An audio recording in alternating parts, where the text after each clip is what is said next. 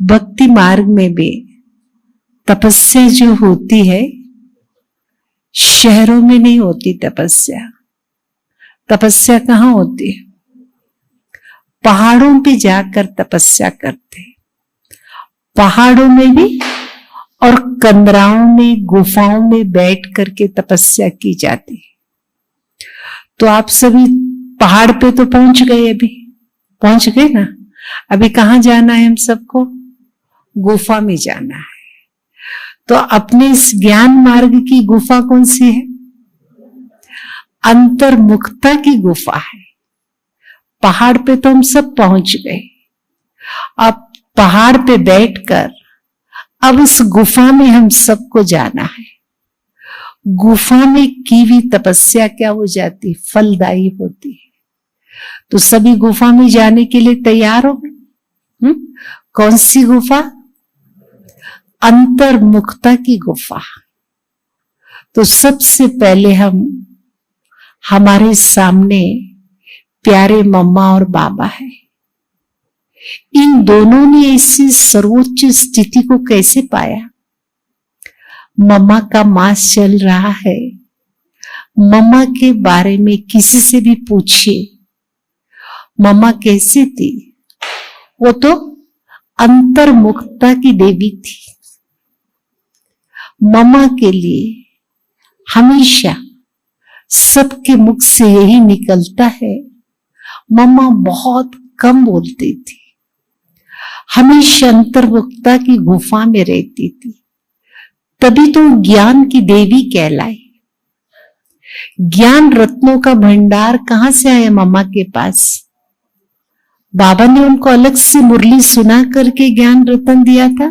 नहीं, उसी मुरली का मनन चिंतन करके मम्मा ने अंतर्मुखता की गुफा में चली गई। इतना ज्ञान का मनन किया, मंथन किया, मक्खन निकाला, तो कहलाई क्या? ज्ञान की देवी सरस्वती कहलाई। और ब्रह्मा बाबा के लिए भी हमने सुना है, ब्रह्मा की तपस्या। तो ब्रह्मा ने तपस्या कैसे की? ब्रह्मा ने भी 2:30 बजे उठ करके तपस्या करते थे। बाबा कहते थे अंतर्मुखता की गुफा में मम्मा बाबा जाकर ज्ञान का चिंतन। अक्सर क्या कहा करते थे? मैं बच्चों के लिए हलवा तैयार कर रहा हूं, बच्चों के लिए मक्खन निकाल रहा हूं। ऐसे हम सबने बाबा के अनुभव में सुना। ये दोनों ही हमारे सामने क्या है? सैंपल और एग्जाम्पल है। हर सेंटर पे मम्मा बाबा की फोटो होती है ना, तो क्यों होते? दर्शन के लिए होते हैं क्या? क्यों फोटो रखा जाता है मम्मा बाबा का? हाँ, इन्होंने ऐसा कौन सा पुरुषार्थ किया, कौन सी तपस्या की, जिस तपस्या के बल पे आज मम्मा और बाबा आदि देव कहलाए, सारे संसार के लिए मार्गदर्शनीय मूर्त बन गए। तो ऐसी तपस्या की धरनी में हम सब इकट्ठे हुए हैं।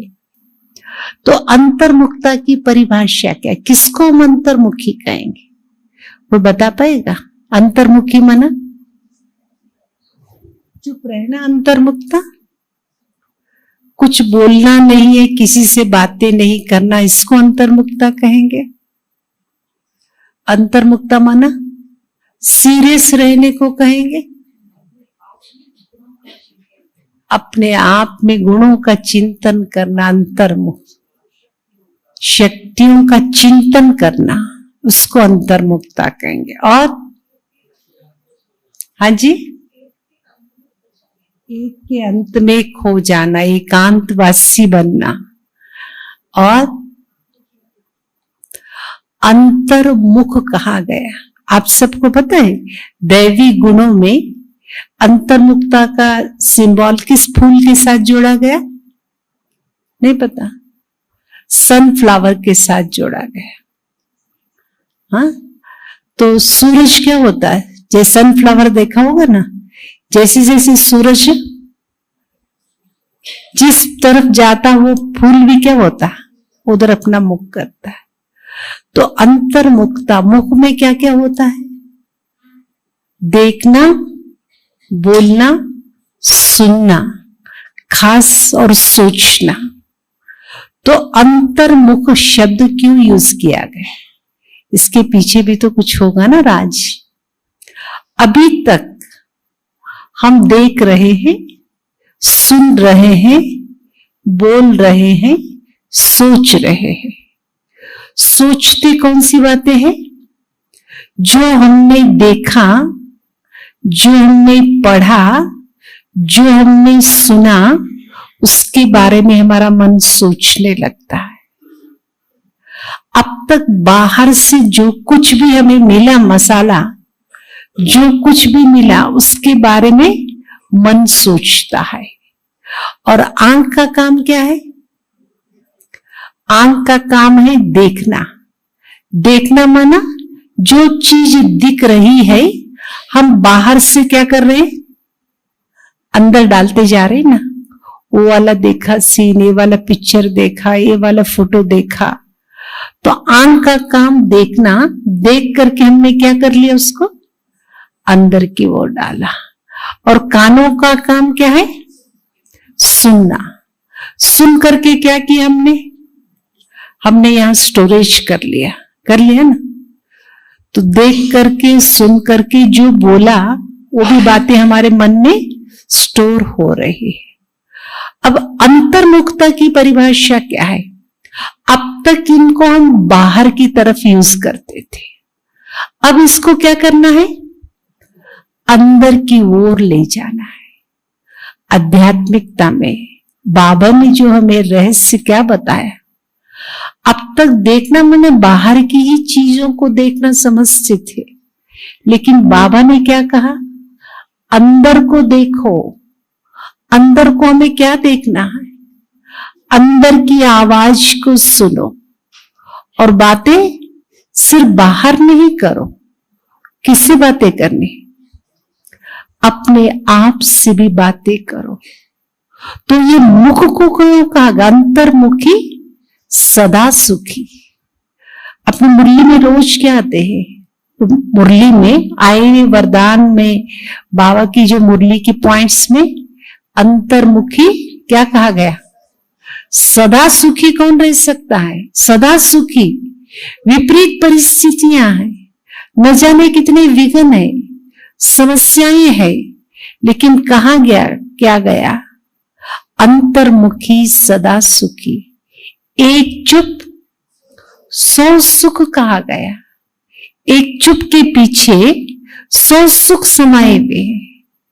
तो अभी तक हमने अपने जीवन को सिर्फ बाहर बाहर इनका प्रयोग देखना, सुनना, बोलने के लिए बाहर की तरफ।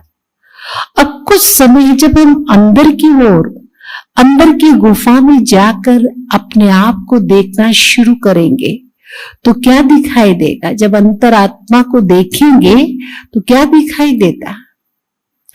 आत्मा का एक सच्चा स्वरूप हम सबको दिखाई देता। हमारे 84 जन्मों की कहानी हमको दिखाई देने लगती, हमारा वास्तविकता में दिखाई देने लगता। तो अभी देखना है तो किसको देखना? हमको अंतरात्मा को देखने का समय अभी है। सुनना है तो किसकी आवाज को सुनना? अंतरात्मा की आवाज को सुनना, क्योंकि अंतरात्मा हमेशा सही बोलती है, गलत बोलती है? सही बोलती ना।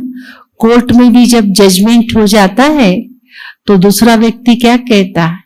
अपने दिल पे हाथ रख के तो पूछो सही क्या है। आपकी अंतरात्मा आपको गवाही देती है। 10 लोगों के सामने झूठ बोल लेंगे, 10 लोगों को मना ले जाते हैं, लेकिन अंतरात्मा अपने आप को उसको मना पाएंगे? तो अभी हमें सुनना किस बात को है? जब आत्म स्वरूप में स्थित होंगे, आत्मा की जो नेचुरल नेचर, आत्मा के सातों गुण हमारे इमर्ज होंगे, तो अंतर आत्मा की जो आवाज कौन सी होगी? सत्यता अंतरात्मा की आवाज होगी। तो भी सुनना किससे है? अंतरात्मा की आवाज को सही सही सत्य दिशा दिखाती। परमात्मा पिता की श्रीमत की प्रेरणा देती। तो सुनना है तो हमें श्रीमत को सुनना है, और बातें करनी है तो किससे बातें करनी है? किससे बातें करनी है? न जाने जन्म से लेकर अभी तक आप सोच करके तो देखो कितना तो हमने बोला होगा। एक दिन में कितना बोलते हैं पता है आपको? एक दिन में इस मुख से हम कितने बोल लेते। अगर रिकॉर्डिंग करें ना, शायद वो टेप रिकॉर्ड में भी इतनी जगह नहीं होगा, आपके मोबाइल में भी इतनी स्पेस नहीं होगा, इतना हम बोल लेते है ये नहीं। अभी बातें करने की जरूरत किससे है? अपने आप से, अपनी उन्नति के लिए। अपने चढ़े तो चाखे वैकुंठ रस, उस वैकुंठ रस को पीने के लिए अतीन्द्रिय सुख का अनुभव हम कैसे करें, उसके लिए भी बातें करना है। तो जब तक हम अंतर्मुखता की गुफा में नहीं जाएंगे तो 4 दिन की सफलता पा नहीं सकेंगे। तो ये अंतर्मुखता बाबा बार बार क्यों कहते? बच्चे, सच्ची योगी और तपस्वी की निशानी क्या है? तपस्वी जो होते हैं, योगी होते हैं, वो कैसे होते हैं? बहुत कम बोलने वाले। बोल के लिए भी क्या कहा बाबा ने? कम बोलो, धीरे बोलो, मीठा बोलो। क्योंकि बोल के पीछे ही तो रामायण की कथा हुई, बोल के पीछे ही महाभारत की कथा हुई। अगर दूसरे दिन राज्याभिषेक हो जाता तो रामायण की कथा होती। मंथरा ने क्या कर दिया? कैके के कान में काना फूसी कर दिया, तुरंत कहानी मोड़ ले लिया, ट्विस्ट हो गई कहानी। अगर सवेरे उठ करके राज्याभिषेक हो जाता रामचंद्र जी का, कहानी पूरी हो जाती। जस्ट कहानी मुड़ कब गई? एकदम जस्ट उसका क्या हो गया? परिवर्तन कब हुआ? उस बोल ने क्या कर दिया? रामायण की कहानी को बना दिया। महाभारत में क्या दिखाते हैं? द्रौपदी ने कहा, क्या कहा? तो कहानी क्या हो गई? उसका बदला लेने के लिए चीरहरण हुआ। तो ये सारी कथाएं जो भी बनी है, किसके पीछे बनी है? और बोल भी व्यर्थ के बोल, टॉन्ट वाले बोल, मजाक के बोल, हंसी वाले बोल। तो इसीलिए बाबा क्या कहते? तपस्या, तपस्वी की पहले निशानी वो अंतर्मुक्ता वाला होगा। तो अभी वर्तमान समय को हम देखते हुए चारों तरफ के वातावरण को देखो। वर्णन करने की जरूरत नहीं है, जरूरत है वर्तमान समय के बारे में। टीवी में, न्यूज़पेपर में, रिहर्सल में हम सब ने देखा। तो ऐसे समय पर उस युद्ध के मैदान में भी क्या कहा जा रहा था? मॉक ड्रिल किस चीज की हो रही थी? आप अंडरग्राउंड हो जाओ, कोई भी बॉम्ब आदि गिरे आप बचोगे कब? कब बच पाओगे? क्या प्रैक्टिस कराई गई थी? आप अंदर अंडरग्राउंड हो जाओ, ताकि कितनी भी खतरनाक चीजें ऊपर हो रही हो तो आपके ऊपर असर नहीं करेगा। तो इसीलिए बाबा कहते अंतर्मुखता की गुफा में जाएंगे तो बाहर आने वाली स्थिति परिस्थितियां, दिन प्रतिदिन परिस्थितियां बिगड़ रही है, कम हो रही है? आप बताइए। समय बहुत अच्छा हो रहा है, खराब होता जा रहा है दुनिया का, है ना? उस पे हमारा कंट्रोल है? इस पर उस पे हमारा कंट्रोल नहीं। कंट्रोल किस पे? किस पे कंट्रोल है? अपने आप के ऊपर। तो जो वर्तमान समय अनुसार वर्तमान की परिस्थितियों को देखते हुए इस बाह्य वातावरण में दुनिया में दिन प्रति विघ्न आएंगे, समस्या आएंगे, परिस्थिति आएंगे, बीमारियां आएंगे। जितना हम बाहर मुक्ता में रहेंगे उतना हमारे ऊपर इफेक्टेड होगा। अंतर्मुक्ता अर्थात मैं आत्म स्वरूप, जैसे ब्रह्मा बाबा ने अभ्यास किया, मैं आत्मा आत्मा आत्मा, ऐसे सागर में बाबा चला जाता था। दादी जानकी जी क्या कहते थे? देखती थी कि वैसे बाबा मजे में नाच रहा है, डांस कर रही, इसी हिस्ट्री हॉल में दादी कहती मैं ऐसे जा रही थी खिड़की में, बाबा नाच रहा था। क्यों? ऐसे सागर में डूबा हुआ था, ऐसे प्राप्तियों के खान में चला गया था। अब बताओ, भगवान ने इतनी अच्छी अच्छी मुरली चला करके इतना खजाना हमको दिया है, इतना भंडार दिया। आज की मुरली में क्या है था बाबा ने? एक एक मुरली के वर्षन्स कितने के हैं? लाखों रुपयों के हैं। लाखों रुपया खर्च करने के बाद भी जो ज्ञान नहीं मिलता, वो ज्ञान हमें भगवान महावाक्यों के द्वारा बिना कौड़ी खर्चा किया। बताइए, चंद्रमा पे जाने के लिए कितना करोड़ खर्च किया था उन्होंने? उसके बाद क्या मिला उनको? क्या ज्ञान मिला? करोड़ों खर्च करने के बाद भी जो समझ उनके पास प्राप्त हुई, बाबा ने कहा था बच्चे सृष्टि के मांडवे के तो दिए है वो। सूर्य चांद तारागण क्या है? इस मांडवे के दीपक है, वो रोशनी देने वाले। इसके अलावा कुछ है क्या? उसमें दुनिया नहीं है, दुनिया तो यही है। तो भगवान के एक महावाक्य कितने का हो गया? कितने का हो गया? लाख का? करोड़ों का। और दिन प्रतिदिन जैसे से समय बीतता चला जाएगा ना, बाबा के महावाक्यों की वैल्यू क्या होगी? और बढ़ती चली जाएगी। तो ऐसी ज्ञान रत्नों की खान में, गुफा में जाने के लिए बाबा ने इतना सागर दिया, इतना बाबा ने अखूट खजाना दिया हुआ है। आप देखिएगा, जितने भी साइंटिस्ट हैं जब भी रिसर्च करते हैं तो क्या करते हैं? कोई भी पीएचडी होल्डर्स आपके पास होंगे, आप में से कोई, वो रिसर्च में जब जाते हैं तो उनको क्या करना पड़ता है? आवाज में आना पड़ता है। कोई भी आर्टिस्ट, बहुत अच्छा आर्ट निकालना है तो आर्टिस्ट को क्या करना पड़ता है? क्या करता है वो? बहुत अच्छा कंपटीशन, इंटरनेशनल कंपटीशन है, उसमें उसको भाग लेना है। तो आर्टिस्ट को बेस्ट रचना करनी है तो क्या करता है? पहले वो साइलेंस में जाता है। कई संगीतकार, कविता रचने वाला, डायलॉग बनाने वाला, बहुत अच्छी कविता उसको बनानी है तो क्या करेगा? वो साइलेंस में जाता है। तब इतनी सुंदर कविता बनाएगा, इतना अच्छा आर्ट बनाएगा।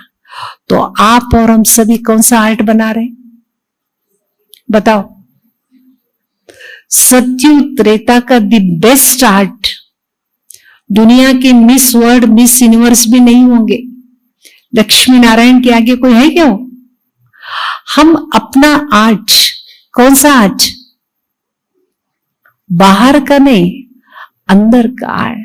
द बेस्ट आर्टिस्ट बन करके हमें अपना अंदर जितना सुंदर चीज बनाना चाहिए, जितना सुंदर हमारा चित्र खींचना चाहिए, अपना रूप बनाना चाहे, वो बनाने का समय कौन सा है?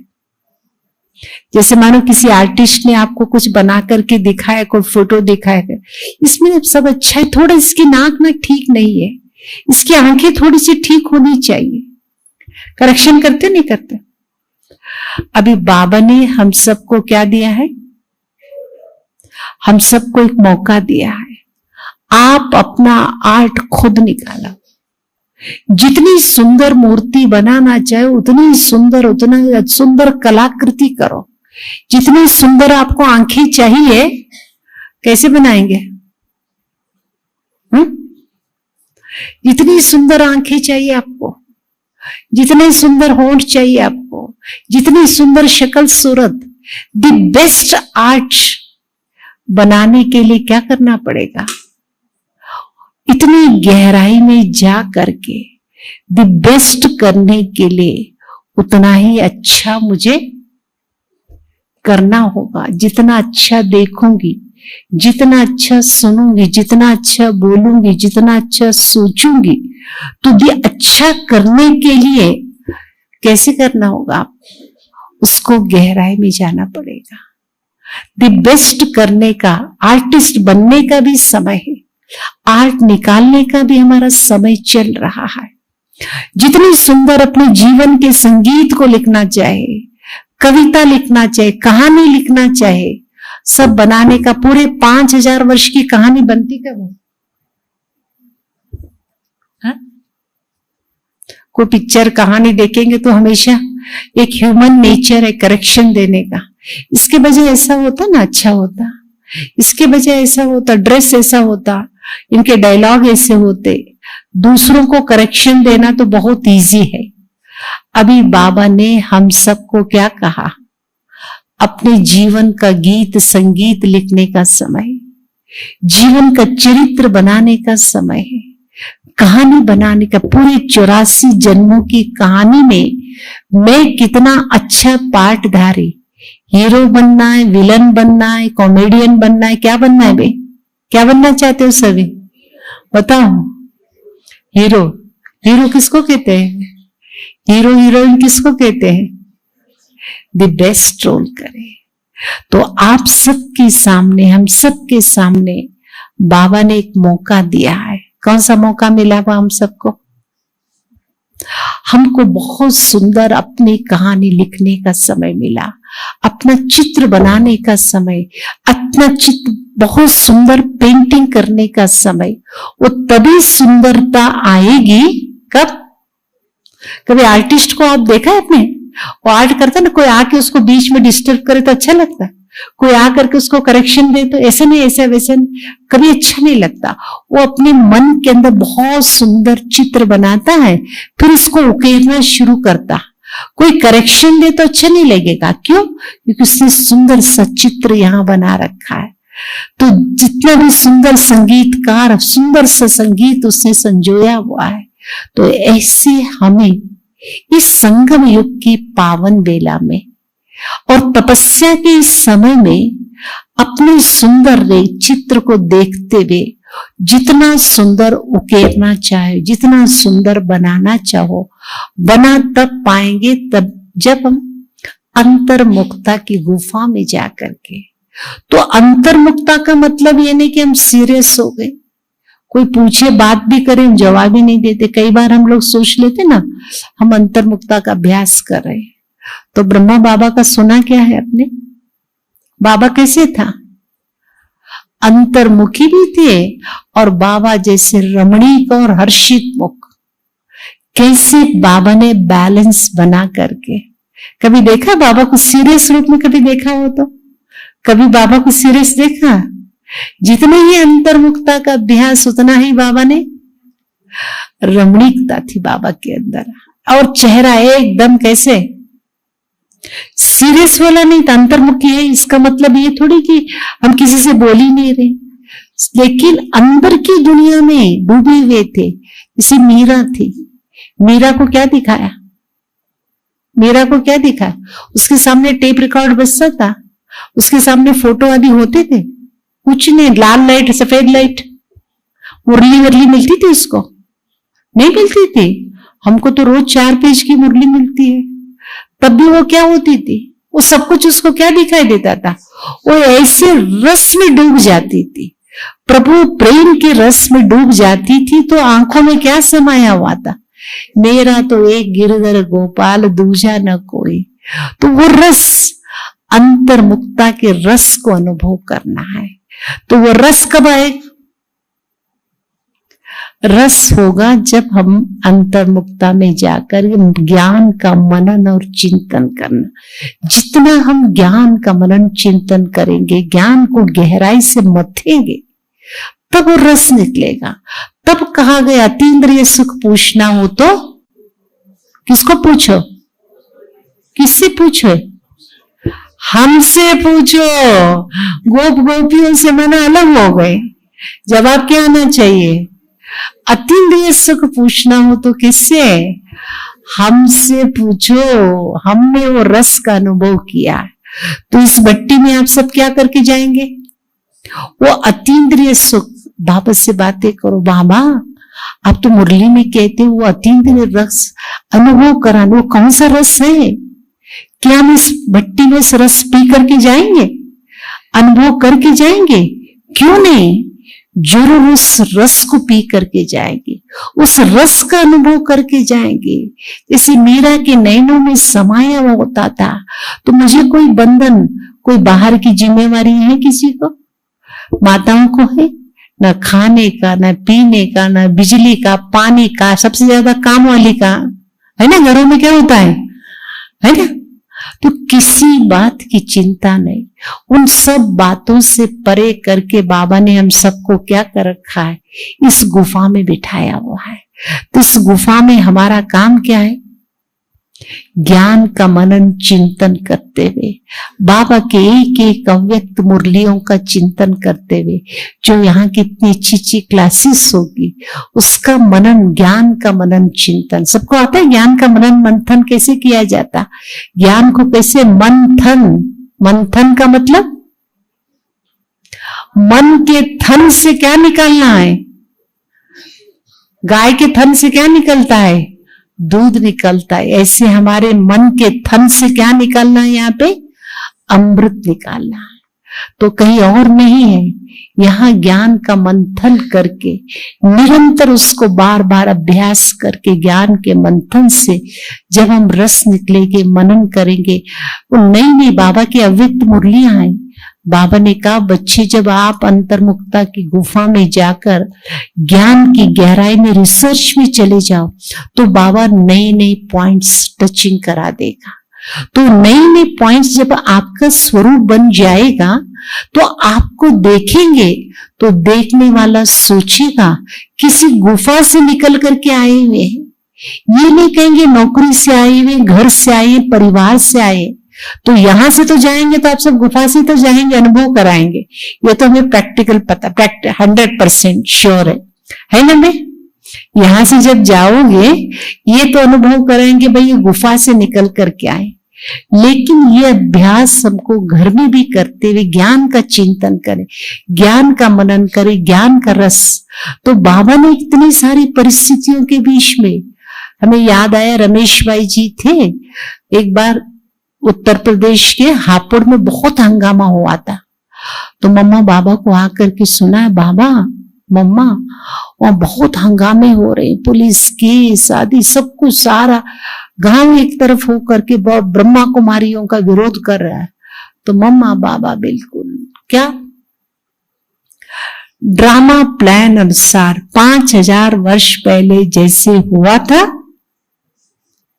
इतनी ज्ञान की गुह्यता, इतनी ज्ञान की गहराई ड्रामा में सामने कुछ दिखाई दे रहा है जो देखने वाली सीन को नहीं देख रहे, लेकिन इसके पीछे छिपे हुए रहस्य को समझ करके मम्मा बाबा ने क्या किया था, मम्मा बाबा ने इस यज्ञ को खड़ा किया, इस यज्ञ को बनाया। तो ऐसी विपरीत परिस्थितियों में भी पार किस आधार पर गए, इतना ज्ञान का चिंतन और मनन। जैसे सागर होता है, सागर में बार बार लहरें दिखाई दे रही, देखने वाले को लग रहा है, और सागर की गहराई में क्या होता है, हीरे। सबसे ज्यादा मूल्यवान क्या होता है, मूल्यवान हीरा होता है ना। तो सबसे ज्यादा मूल्यवान मक्खन कहते ना, मैंने कहीं एक जगह पढ़ा हुआ था, दूध कैसे लीटर मिलता है, कैसा लीटर मिलता है, हाँ 70 रुपए। अच्छा, जब दूध को उबाल करके दही बनाते हैं उसको कैसे किलो मिलता, उसकी वैल्यू क्या हो जाती है, और बढ़ जाती है। अच्छा, दही को मथ करके मक्खन निकाला जाता है, फिर उसकी वैल्यू और बढ़ जाती है। और मक्खन को ये उबाल करके घी बनाया जाता है तो और वैल्यू क्या हो जाती है, बढ़ती है ना। तो ऐसे ही हमें ज्ञान का क्या करना, जैसे प्रोसीजर है ये, इस प्रोसेस से जैसे जैसे जैसे गुजरते चली जाती उसकी वैल्यू क्या हो रही, बढ़ती चली जा रही। ऐसे बाबा का देवी ज्ञान का चिंतन और मनन करके तो हमें अपनी वैल्यू को, बाबा का दिया हुआ ज्ञान रत्नों का इतना मनन करे, इतना उसका मक्खन निकाले, घी निकाले, निकाल करके क्या करना होगा उसको, हम अपने आप को मोस्ट वैल्यूएबल बनाए। तो ये अंतर्मुक्ता के बिना अगर हम बाहर जैसे जैसे वहां रहते थे वैसे ही रहेंगे, बहुत कुछ होगा। लेकिन हमने संकल्प ले लिया 4-5 दिन हमें उस गुफा का अनुभव करना है। द्वापर और सत्यु त्रेता में तो सब कुछ था। द्वापर कलयुग में योगी तपस्वी होकर के गए हैं, तो किनके नाम दर्ज है उसमें? जिन्होंने अपने ऊपर काम किया है, जिन्होंने अपने ऊपर मेहनत की। ऐसे त्यागी तपस्वी मूर्तों आत्माओं का आज भी गायन है। आज भी ऋषि मुनि तपस्या को लेकर, ऐसे तो आबू की भूमि कौन सी भूमि कहलाती है? हाँ, तपस्या की भूमि है, ऋषि मुनियों की भूमि है। तो वो उस वाइब्रेशन को साथ में लेते हुए आप और हम सभी उस तपस्या का गहन अनुभव करने का आधार ये है अंतर्मुक्ता। अंतर्मुक्ता से फिर एकाग्रता बढ़ती चली जाएगी। ज्ञान मार्ग में योग की सिद्धियों को अगर हम प्राप्त करना चाहते हैं तो एकाग्रता को बढ़ाना पड़ेगा। अंतर्मुक्ता से एकाग्रता, एकाग्रता से फिर सिद्धियों की प्राप्ति, सिद्धि प्राप्त होना, यही हमारे जीवन की सफलता है। हमने जीवन बाबा को पहचाना भी, हमने जीवन भी दिया, समय भी निकाले, अभी हमें रिजल्ट क्या निकालना है? हमारा ये तपस्वी जीवन सफल जीवन हो गया। तो सफलता का आधार सब विघ्नों को पार करते हुए आज भी था तपस्या स्वरूप, आत्म स्वरूप की स्थिति, और दूसरा कौन सा था? ट्रस्टी था। हाँ? तो आज के अव्यक्त इशारे के रूप में बाबा ने अंतर्मुक्ता का अभ्यास जो होगा, 2 चीजों का अभ्यास विशेष सफलता को हमें दिलाएगा। तो विघ्न प्रूफ हम बनते चले जाएंगे। तो अगर आने वाले देख रहे, हम सभी देख रहे, जीवन में विघ्न बढ़ रहे, जीवन में समस्याएं बढ़ रही, बीमारियां बढ़ रही, परिस्थितियां बढ़ रही, घट नहीं रही। जितने डॉक्टर्स बढ़ते जा रहे हैं उतनी दवाइयां बढ़ती जा रही, बीमारियां बढ़ती चली जा रही ना। जितनी सुख सुविधाएं बढ़ती चली जा रही उतनी ही हमारे जीवन के अंदर समस्याएं बढ़ती चली जा रही। तो ये तो विपरीत बाहर की दुनिया की बातें तो बढ़ती ही चली जाएगी। ऐसे समय में अपने आप को सेफ मोड पे अगर ले आना चाहते हैं, सबसे सेफ जगह है बाबा की छत्र छाया। तो उसके लिए हम सबको, जैसे ब्रह्मा बाबा ने हमारी तपस्या की, मैं आत्मा, मैं आत्मा, मैं आत्मा, आत्मा, बस इस गुट्टी को घोट घोट करके अपने आत्म स्वरूप में स्थित होने का जब अभ्यास हम करेंगे, आत्मा के गहन अनुभूति के गहराई में हम चले जाएंगे, आत्मिक स्थिति का जो रस मिलेगा, तो ये बाहर के वातावरण से सेफ, जैसे कि हम बंकर में हैं। जानते हो ना बंकर, योद्धे है ना हम सभी। कौन है? साकार मुरली में क्या कहा करते थे बाबा? बच्चे आप युद्ध के मैदान में हैं। युद्ध के मैदान में जो रहने वालों का काम क्या होता है? युद्ध के समय में, युद्ध के मैदान में जो रहेंगे ना, डटे रहना। तो बाबा ने इतने दिनों से हम सबको ज्ञान योग की पालना दे करके हम सब एक एक सोल्जर को तैयार किया, नहीं किया? क्यों तैयार किया? हम सबको क्यों तैयार किया बाबा ने इतने सालों से? कोई 5 साल, कोई 10 साल, 20 साल, 25 साल ज्ञान में चलते हुए ना। तो निरंतर इतने सालों से इन्हें ज्ञान और योग की पालना दे करके किस लिए तैयार किया बाबा ने? जब ऐसे संसार में विपरीत परिस्थितियां आएगी तो बाबा के हम सभी योद्धा हैं। हम सभी माया के साथ लड़ करके सिर्फ अपनी रक्षा नहीं, हम क्या करना, अनेक आत्माएं जो हमारे पास आएगी, भगवान को ढूंढते हुए आएगी, उन सबको शांति देना, शक्ति देना, पवित्रता देना, ये सब देने के लिए भगवान ने हम सबको तैयार किया। जैसे मिलिट्री वाले होते हैं ना, तो हमारे पास कुछ मिलिट्री वाले आते थे, उन्होंने 1-2 लोगों ने क्या कहा पता है? दीदी हम मिलिट्री में तो थे, लेकिन हमने जीवन में एक बार भी लड़ाई नहीं लड़ी, हमें जरूरत ही नहीं पड़ी युद्ध के मैदान में जाने की। हमारे लाइफ टाइम में एक बार भी युद्ध तो छिड़ा ही नहीं, इसीलिए अब गवर्नमेंट ट्रेनिंग दी, पैसा दिया और आज भी हमको पेंशन दे रहे। तो कुछ लोग थे, हम लोगों ने अपनी लाइफ में 2-2 लड़ाइयां लड़ी है। तो मिलिट्री गवर्नमेंट क्या कर रही है? उतने सारे योद्धाओं को मिलिट्री मैन को क्या कर रही है? जवानों को खिला करके, पिला करके, दौड़ा करके सब कुछ कर रही है ना, पालना करके, उनको ट्रेनिंग दे करके क्यों रखती है? अचानक कभी भी युद्ध का समय होगा तो उनका सामना करने के लिए हमारे पास सेना होना चाहिए। कर रहे हैं ना गवर्नमेंट। तो हमारे प्यारे बाबा ने इतने सालों से हम सबको इतनी मुरलियां, इतनी टोलियां खिलाई, इतना भोग खिलाया, अमृत वेला प्यार दिया, ज्ञान योग धारणा से संपन्न क्यों बनाया? बच्चे, अंत में जब विनाश का समय आएगा, ऐसे समय पर मेरा एक एक बच्चा क्या करेगा? बाप समान बन करके एक एक बच्चे को भगवान का रूप धारण करना पड़ेगा। एक भगवान में इतने सारे बच्चे क्या बनेंगे? क्योंकि हमको ट्रेनिंग मिल रही है ना, इतने सालों की ट्रेनिंग है हमें। हम सब भगवान की पालना में पल करके, ट्रेनिंग ले करके ऐसे योद्धा बन करके तैयार रहेंगे अंत समय का सामना करने के लिए। तैयार हो गई सभी? ऐसे तैयार है? इतनी मेहनत, इतनी ट्रेनिंग ले रखी है। देखा अपने मिलिट्री वालों को, सवेरे बस दौड़ाते रहते हैं, उनको कोई काम नहीं होता है, कोई काम नहीं होता है। ऐसे देखा नहीं देखा? सवेरे 4 बजे, कोई लक्ष्य नहीं है, लेकिन उनको प्रैक्टिस कराना होता, दौड़ाते रहते।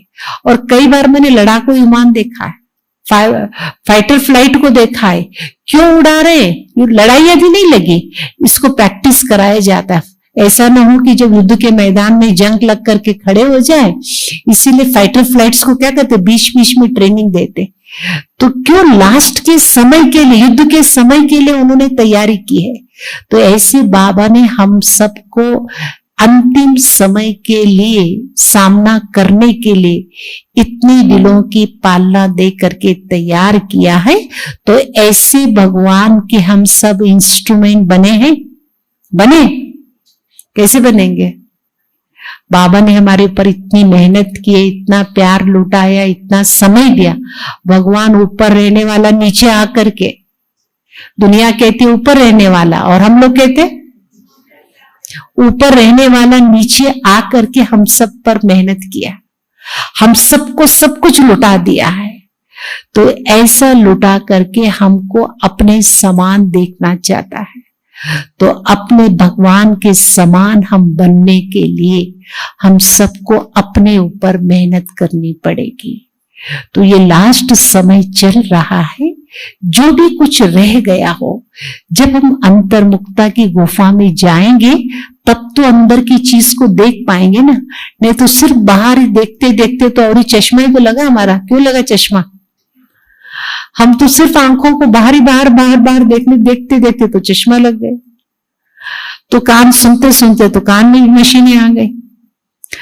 खाते बोलते बोलते तो यार आर्टिफिशियल दांत लगाना पड़ा, हम सबको लगाना पड़ा, नहीं पड़ा। तो ये सब हमारे कर्म का रिजल्ट मिला। अब भगवान कहता अब इसको अंदर की ओर ले जाओ, आत्मा के चिंतन को, आत्मा के बोल को, आवाज को सुन करके अब समय को सफल करने का, सफलता मूर्त बनने का ये समय है।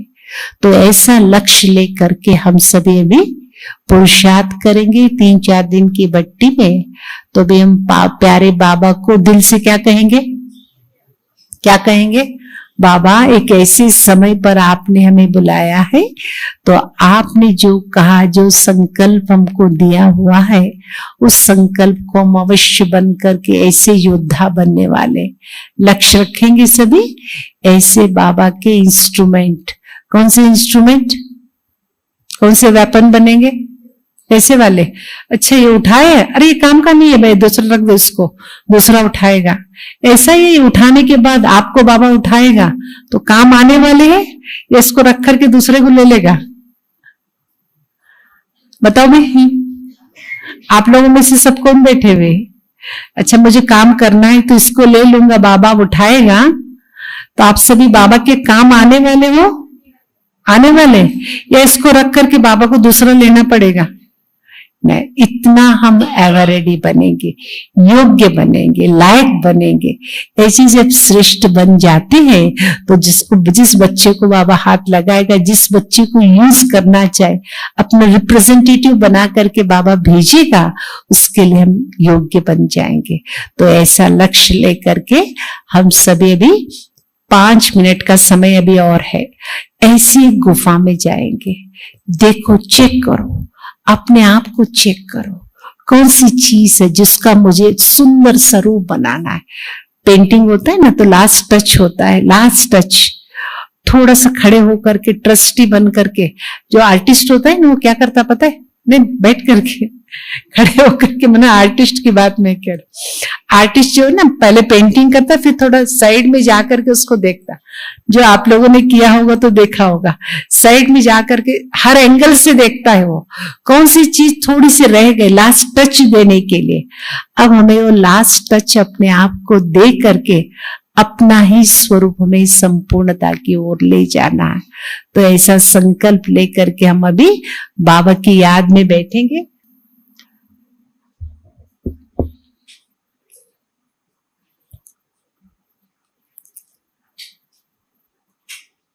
ओम शांति। मस्तक के मध्य चमकने वाली मैं जागती ज्योतात्मा, चमकता सितारा,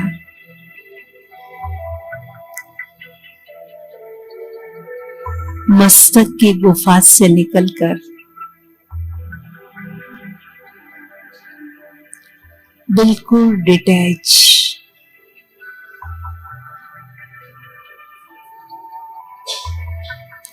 अपने सत्य स्वरूप को देख रहे हो।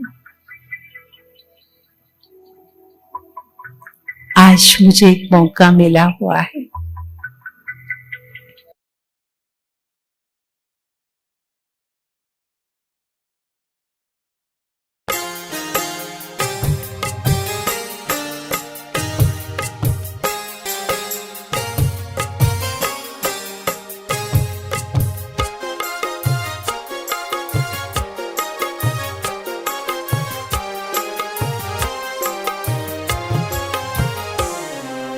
मस्तक सिंहासन पे हम आत्माएं, राजन बने और शासन चलाएं। कर्मेंद्रियां कर्मचारी हमारी, भ्रिकुटी बीच दरबार अपना सजाएं। मस्तक सिंहासन पे हम आत्माएं, राजन बने और शासन चलाएं।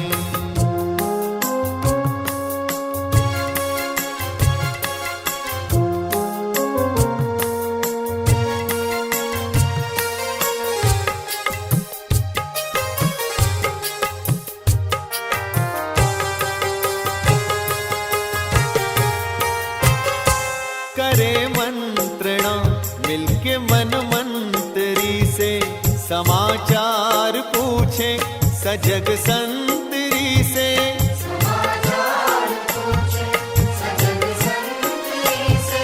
बड़ी सावधानी से इस राजधानी को माया की छाया से पल पल बचाएं। मस्तक सिंहासन पे हम आत्माएं, राजन बने और शासन चलाएं। कर्मेंद्रियां कर्मचारी हमारी, त्रिकुटी बीच दरबार अपना सजाएं।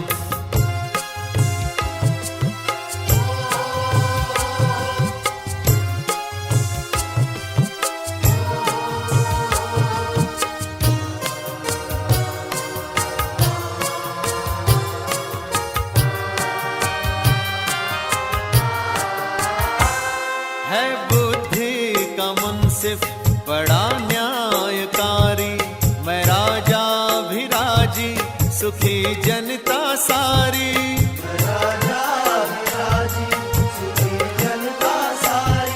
सुसंस्कारों की जो सेना सजग हो,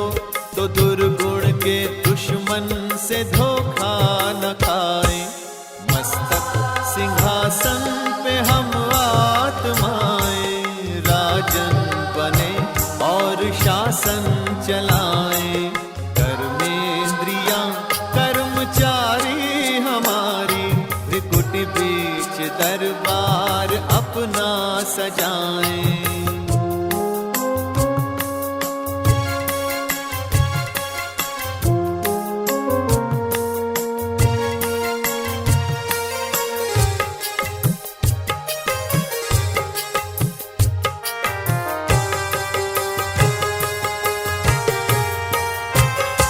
खुदा दोस्त की हम पे है छत्र छाया कि खोया हुआ राज फिर से दिलाया।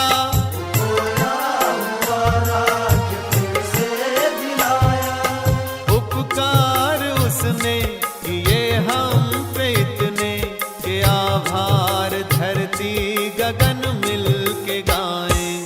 मस्तक सिंहासन पे हम आत्माएं राजन बने और शासन चलाएं। कर्मेंद्रियां कर्मचारी हमारी भ्रिकुट बीच दरबार अपना सजाएं।